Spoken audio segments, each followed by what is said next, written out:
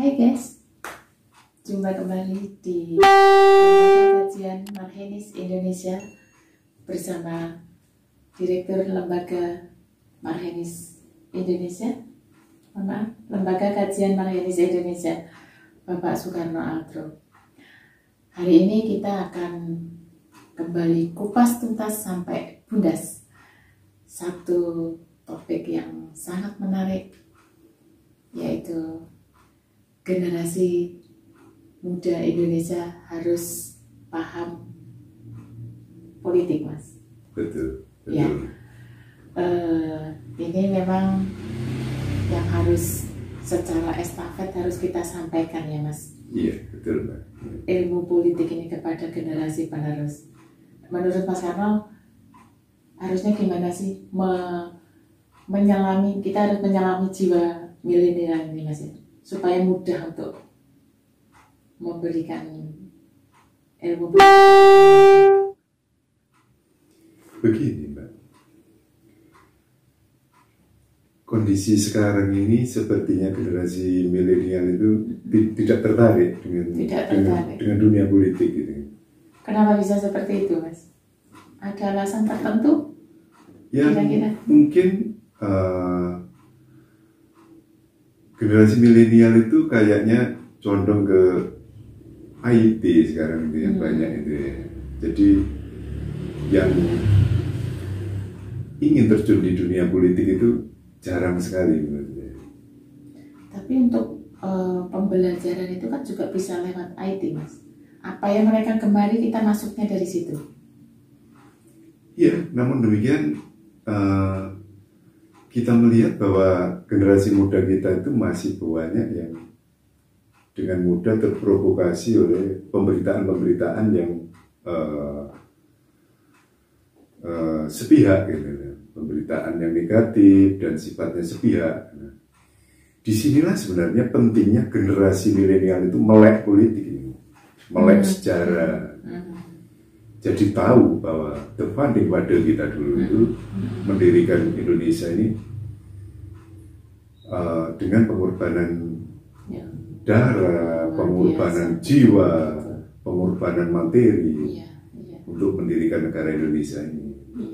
Nah, di sini generasi milenial itu harus paham dengan sejarah.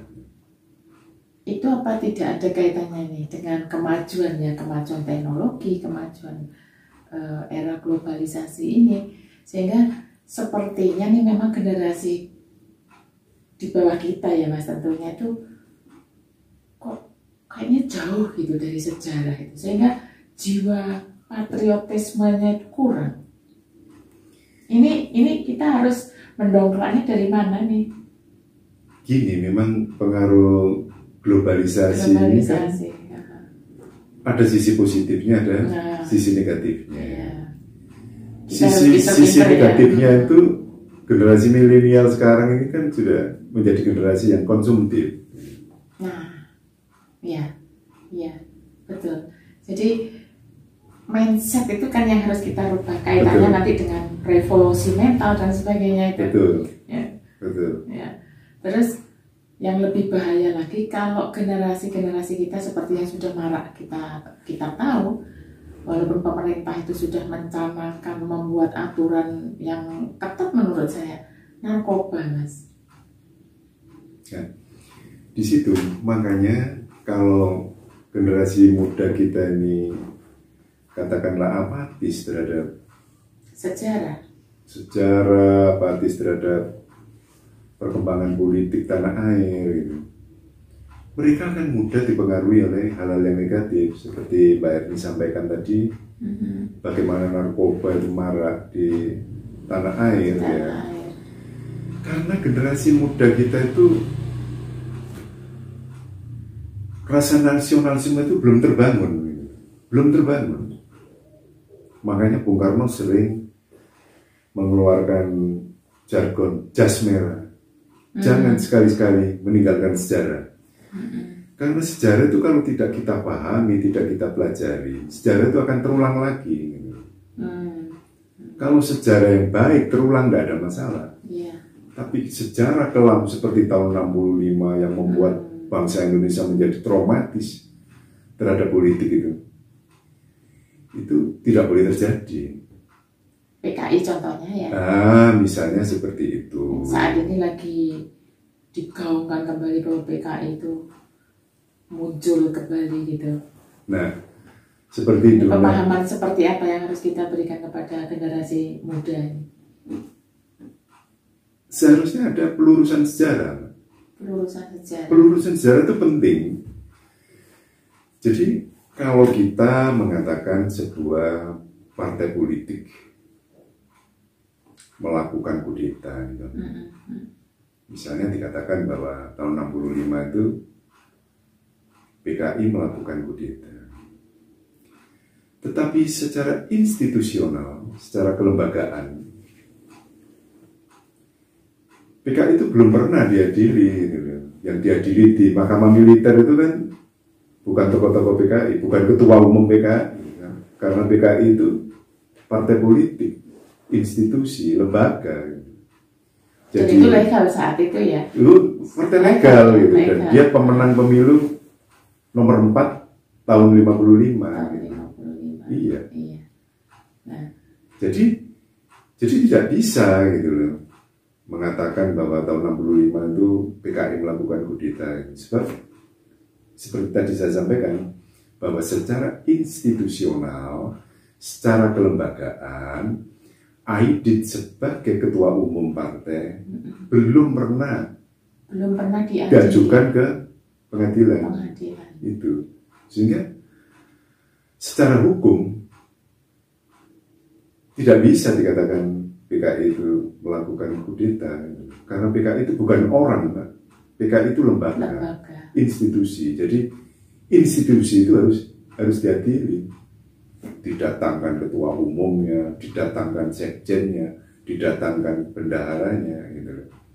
Diadili. Notulen tentang pertemuan di mana dia melakukan kudeta, siapa saja yang hadir itu. Penyelidikan hukumnya kan seharusnya kan begitu. Sehingga kalau sebuah partai politik itu dikatakan melakukan kudeta, itu harus dibuktikan secara institusi gitu, atau kelembagaan, bukan orang. Gitu. Bukan orang.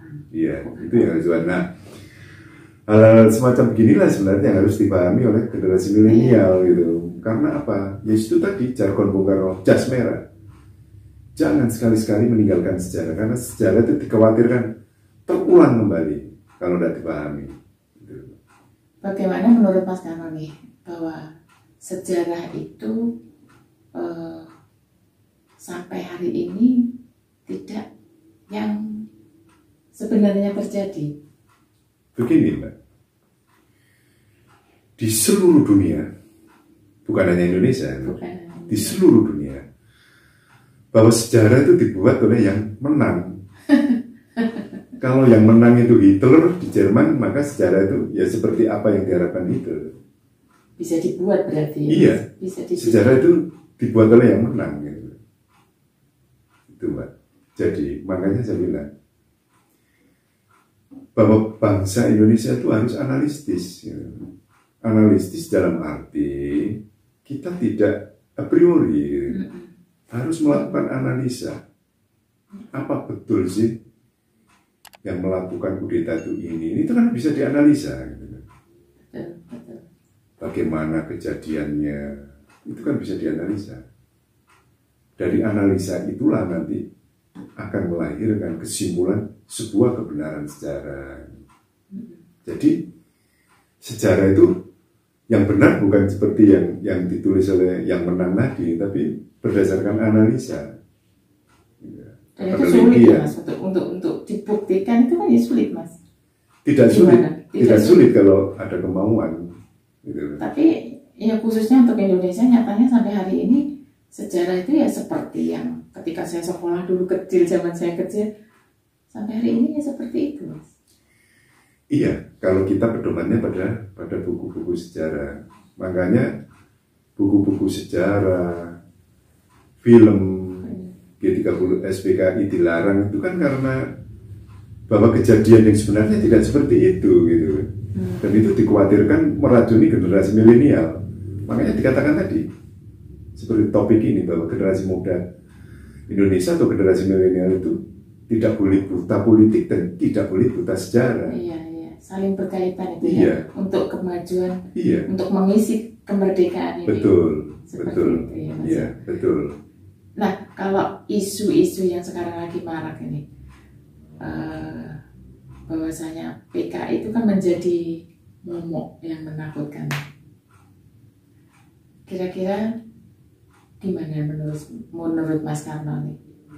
Kalau Partai Komunis kan memang sudah seharusnya mereka tidak perlu ketakutan dengan Partai Komunis gitu loh, karena kan di Indonesia sendiri sudah jelas.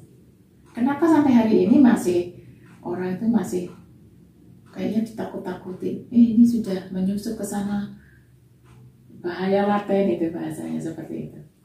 Iya. Karena sampai hari ini itu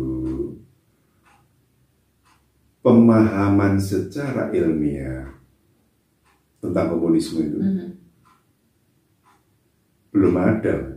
Belum dikupas tuntas ya. Belum dikupas tuntas. Gitu. Harusnya kita bangsa ini sudah move on ya dari bayang-bayang komunis. Iya.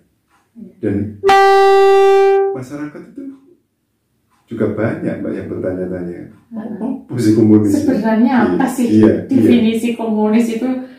Kok sampai membuat mereka kayaknya ketakutan gitu? Iya. Jadi saya jelaskan Mbak, bahwa komunisme itu adalah sistem ketatanegaraan. Sistem ketatanegaraan. Iya, karena komunisme itu ideologi. Coba kita ini membuka Undang-Undang Dasar 45, pasal 33, yang bunyinya bahwa seluruh kekayaan alam beserta isinya, ya, baik yang di bumi maupun yang di langit, dimanfaatkan sebesar-besarnya untuk kepentingan rakyat, ya. Bahwa kekayaan alam beserta isinya itu dikelola oleh negara, dipergunakan sebesarnya untuk kepentingan rakyat. Sebenarnya paham komunis itu tidak jauh dari pasal itu sebenarnya. Jadi semua ini dikuasai oleh negara untuk kepentingan rakyat. Jadi rakyat itu tidak bisa berbisnis gitu loh, karena yang namanya usaha atau bisnis itu ditangani oleh BUMN. Di negara-negara komunis itu kan seperti itu. Jadi itu sistem ketatanegaraan, bagaimana menjalankan roda pemerintahan, bagaimana menjalankan roda partai dan sebagainya. Itu sistem ketatanegaraan gitu. Jadi komunisme itu tidak ada hubungannya sama agama gitu. Dua hal yang berbeda. Dua hal yang berbeda. Dua hal yang berbeda. Gitu. Kalau negara komunis itu tidak memasukkan agama di dalam sistem ketatanegaraan, iya, karena komunis itu negara sekuler, bahwa agama itu berada di luar pemerintahan. Bukan komunis saja, Mbak.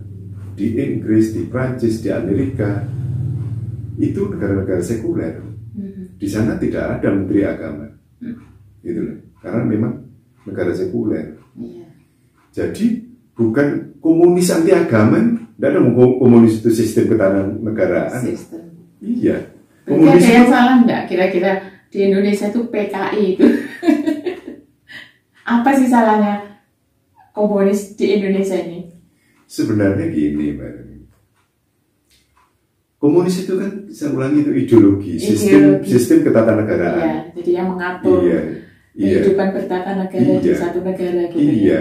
Tidak ada yang salah menurut saya. Salahnya itu cuma satu, karena tidak religius. Karena kan Indonesia itu berdasarkan Pancasila, di mana sila pertamanya itu adalah ketuhanan yang Maha Esa gitu. Jadi semua partai yang ada sekarang itu, itu tadi ideologinya ya nasionalis religius tadi.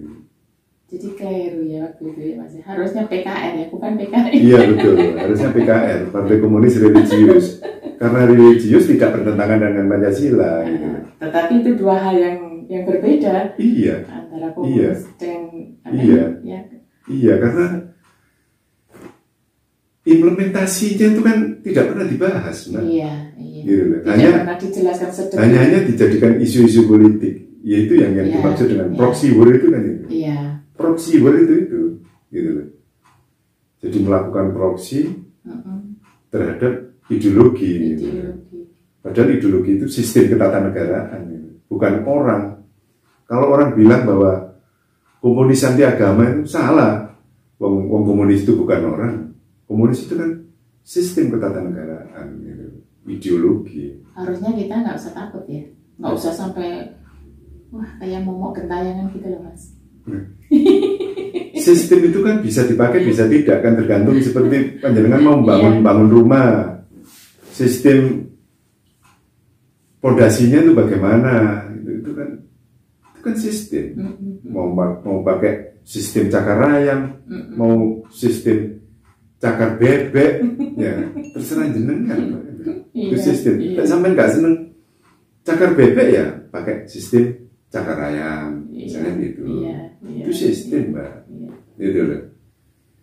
Wong sistem kok ditakuti. Nah, kalau kita bicara seperti itu di depan orang yang mengerti politik kan kita jadi bahan tertawaan orang gitu loh. Apanya yang ditakuti gitu loh. Misalnya ada pihak-pihak yang mengatakan bahwa PKI itu mau bangkit, kan sistem undang-undang partai politik kan sudah ada di Indonesia. Sudah jelas. Harus punya cabang di seluruh Indonesia sekian persen, harus punya pimpinan anak cabang sekian persen, harus punya ranting sekian persen.